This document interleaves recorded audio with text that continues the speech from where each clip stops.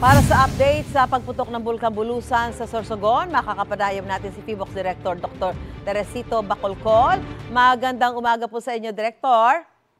Yes, ma'am. Magandang umaga din po sa inyo. Apo, Director, sabi niyo po, phreatic eruption yung nangyari kanina sa Bulkan Bulusan. Ano pong ibig sabihin niya pag sinabing phreatic eruption?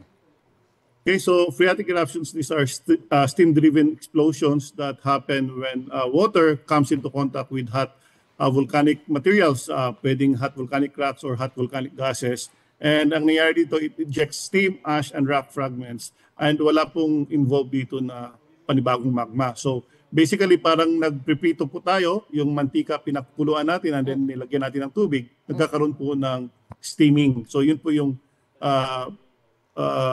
analogy ng phreatic eruption. Director, pwede ho ba na magkaroon ulit ng pagputok sa mga susunod na oras o araw after itong nangyari kanina? Yes, pwede po. Yung steam-driven eruption kanina may be succeeded by the same similar events in the following days or following weeks. Kasunod doon ito nangyari phreatic eruption. Anong alert level po ngayon ang nakataas dyan sa Bulkan Bulusan? Kailangan ho ba mag-evacuate yung mga kababayan natin na nakatira dyan sa may paligid ho ng Bulkan Bulusan? Nasa alert level 1 ngayon ang Bulusan Volcano. So we raised it from alert level 0 to alert level 1. And ang recommendation naman natin is dapat walang tao inside the permanent danger zone. So which is 4 kilometers from the crater of the volcano. Iba yung pag-iingat pa rin po sana doon sa mga kababayan natin dyan. Tama po kayo. Okay.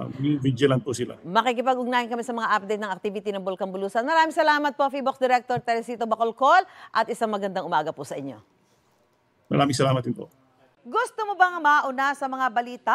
Mag-subscribe na sa GMA Integrated News sa YouTube at tumutok sa unang balita.